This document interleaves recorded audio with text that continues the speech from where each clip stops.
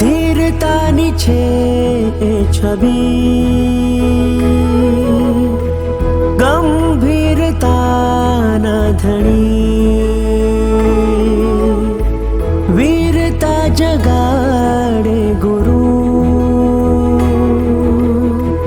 શાસનના છે મળી, છે મારા સદગુરુ. આજનો દિવસ એટલે એક યુગ પુરુષની જીવંત યાત્રાનો દિવસ.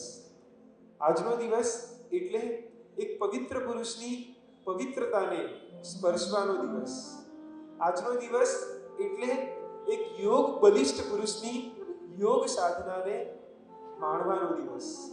અનુષ્ઠાનને નામ ગુરુદેવે બહુ જ સરસ આપ્યું છે, નમો યોગીશ્વરમ. એક એવા યોગીશ્વરની યાત્રા કરવી છે કે જેઓ અજાત શત્રુ હતા. એક એવા યોગીશ્વરના જીવનની યાત્રા કરવી છે કે એ જ્યાં પણ પગલા પડે ને ત્યાં પુણ્યના ઢગલા થતા હતા. એક એવા યોગીશ્વરના જીવનની જીવંત યાત્રા કરવી છે કે એ મહાપુરુષ જીવનભર પરમાત્મા, સદગુરુ ભગવંતો, શાસન અને સંઘની વચ્ચે રહ્યા. સંઘ શાસનના અનેક સગવડથી કાર્યો કર્યા છતાં આખા બાહ્ય જગતથી પર રહી અને પોતાની ધ્યાન અવસ્થા, પોતાની યોગ સાધના અવસ્થા એની અંદર મસ્ત રહ્યા. એ પવિત્ર પુરુષ એટલે બીજું કોઈ નહીં, અજાત શત્રુ, કચ્છ વાગડ દેશો ધારક, યુગ શિરોમણી, યુગ પ્રભાવક જેમને કહી શકાય એવા પ્રભુના પરમ ભક્ત અને ભક્તો માટે જાણે ભગવાન મહાપુરુષ પરમ પૂજ્ય આચાર્ય ભગવંત કલાપૂર્ણ શ્રેષ્ઠજી મહારાજા બે હાથ જોડીને અહોભાવથી વંદન વંદન વંદન.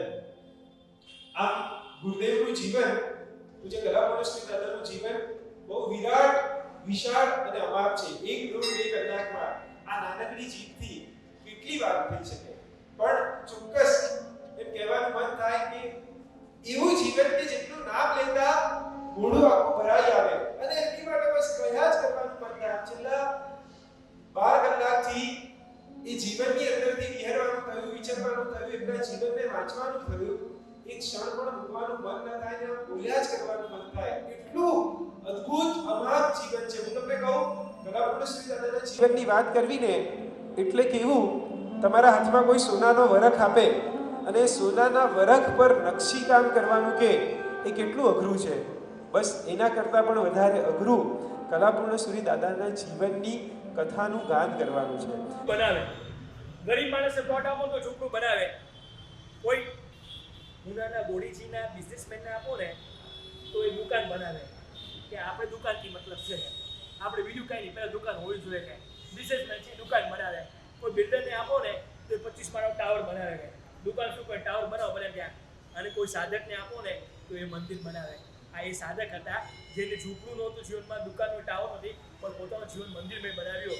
અને મંદિરમાં જે પણ આવે ને એનું જીવન મંદિરમય થઈ જાય, મંદિરમય થઈ જાય. એવા મજાના આ મહાત્મા હતા જિંદગીમાં.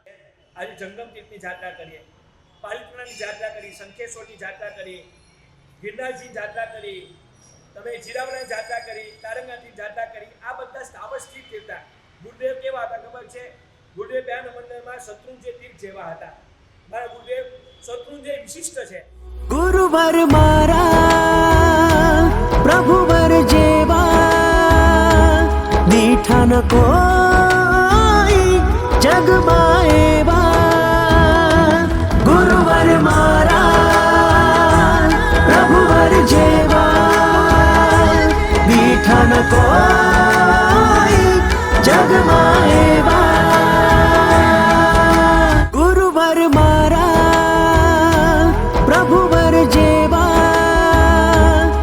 मीठा न कोई जग में